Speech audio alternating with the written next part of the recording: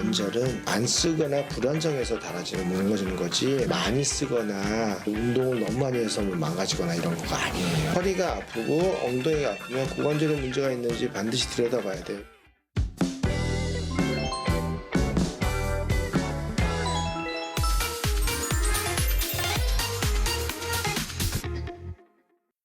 안녕하세요. 의사들과 대화하는 여자 의대녀 이진입니다. 오늘도 통증 박사 안강 원장님과 함께 통증에서 벗어나는 방법 알아볼게요. 안녕하세요. 안녕하세요.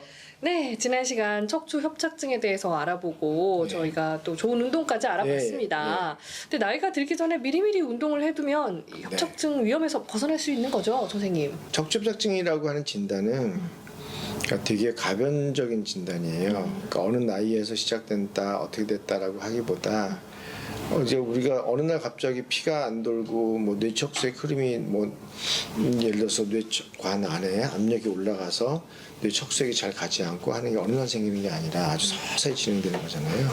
그러니까 뭐 40세나 50세 퇴화될 때 잘 관리가 되면 그런 것들이 상당히 좋아지겠죠. 막 그렇게 위험하지 않을 수가 있죠. 근데 그게 아니라 계속 이제 운동 범위가 좁아지고 계속 구부정한 상태에서 하는 것들이 계속 반복된다면 그 다음에 또 이제 허리가 이제 불안정하고 흔들거리고 이런 것들을 계속 방치가 된다면 이거 자체가 계속 심해질 수밖에 없겠죠. 그러니까 중요한 거는 안 쓰거나 불안정해서 닳아지는 무너지는 거지 많이 쓰거나 그 다음에 이제 또 뭐 적절히 운동을 너무 많이 해서 뭐 망가지거나 이런 거가 아니에요.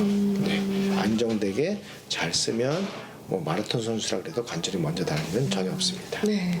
그럼 관절염 하면 무릎부터 떠올리는 분들 많지 않을까 싶은데 고관절에 관절염이 생기는 경우도 의외로 많잖아요. 많죠. 척추협착증에 대한 척추협착증이 많은 거는 이제 관절 부위에서 계속 문제가 돼서 척추협착증이라는 게 관절이 커지는 게 해부학적인 협착증은 관절이 커지는 게 문제예요. 근데 이제 그만큼 문제가 되는 게 무릎 관절염이죠. 사실 그게 더 많죠. 나이가 들면은 나오는 거고. 그다음 무릎 관절염이 3명 정도가 생겼다면 고관절도 1명 정도가 와요.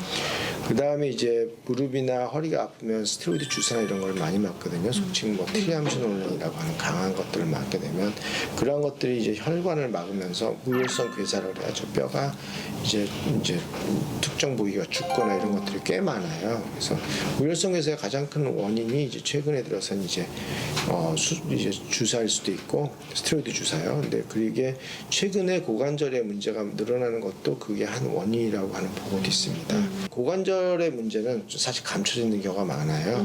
예를 들자면 이런 경우예요. 한 50명쯤 환자를 치료를 했어요. 근데 척추협착증 환자로 계속 치료를 한 거예요. 근데 나중에 봤더니 그 50명 중에서 한 20명이 고관절에 문제가 있는 거예요. 그래가지고 고관절에 문제가 있는데 그거 모르고 척추만 막 치료를 하고 어떤 사람은 수술도 하고 그리고 그랬더니 이제 억울한 거죠. 실제로 고관절에 엉덩이가 아프니까 혹은 앞쪽이 아프니까 해결도 잘 안 될 것 같은데. 그래서 그렇게 해가지고 이제 잘못된 진단을 하기가 쉬워요. 그래서 이제 우리가 허리가 아프고 엉덩이가 아프면 고관절에 문제가 있는지 반드시 들여다봐야 돼요. 이거는 간단한 검사만 해도 금방 알 수가 있거든요. 그리고 만약에 그렇다고 하면 이제 의외로 또 척추협착증보다 훨씬 쉬운 문제로 좋아지거든요. 이 고관절은 또 반사 잘 일어나고 고관절의 그 통증 치료는 훨씬 쉬워요. 그러니까 아무것도 아닌 거 가지고 굉장히 큰 게 될 수가 있어요. 그 다음에 두 번째는 이제 그 힙 스파인 신드롬, 고관절 척추병 이런 진단이 있어요. 근데 이거는 같이 아픈 거예요. 아예 허리하고 고관절이 같이 아파요. 그리고 실제로 허리가 아프게 되면 고관절 운동 범위가 허리가 이렇게 잘 안 움직이잖아요. 고관절 운동 범위가 상당히 줄어들어요. 고관절이 운동 범위가 줄어든 상태에서 이게 계속 지속되게 되면 퇴화가 많이 되는 거예요. 항상 그랬잖아요. 관절은 운동하지 않아서 쓰는 게 안 써서 망가지는 게 더 많다고 그랬죠. 두 가지 관절은 불안정하거나 안 써서 운동 범위가 줄어드니까 안 쓰는 게 하나 있고 그 다음에 주위에 근육이 마르니까 불안정이 더 심하게 되는 거죠. 그러면서 이 고관절이 척추 협착증하고 같이 오는 경우가 많아요. 척추가 이제 많이 약해지면서 고관절이 많이 되는 경우도 있고 아까 말했듯이 주사가 너무 과하게 되면서 고관절이 이제 망가지면서 같이 흔히 오는 경우가 꽤 있습니다. 그럼 엉덩이 관절은요 네. 상체 체중을 받아서 하체로 연결을 하는 곳이잖아요.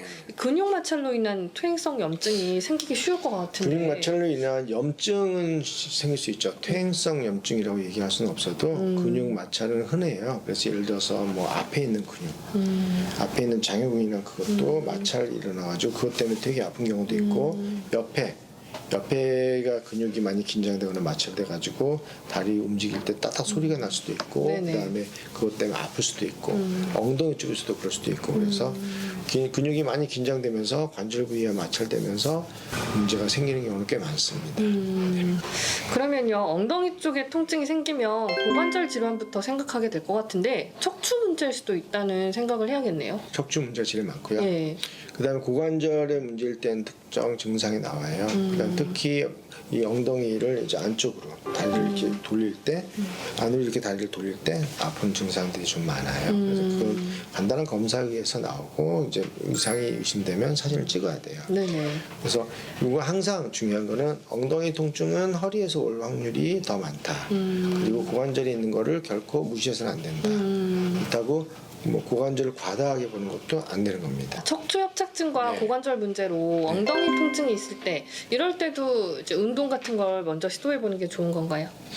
당연히 아까 말씀드렸듯이 운동을 하게 되면 주위 근육이 강화되니까 관절이 좀 더 안정되니까 좋은 거고 그 다음에 관절이 안 써서 병이 돼도 써서 병이 되는 건 아니라고 했잖아요. 물론 잘못 쓰면 문제가 되겠지만 그렇기 때문에 당연히 운동을 해야죠.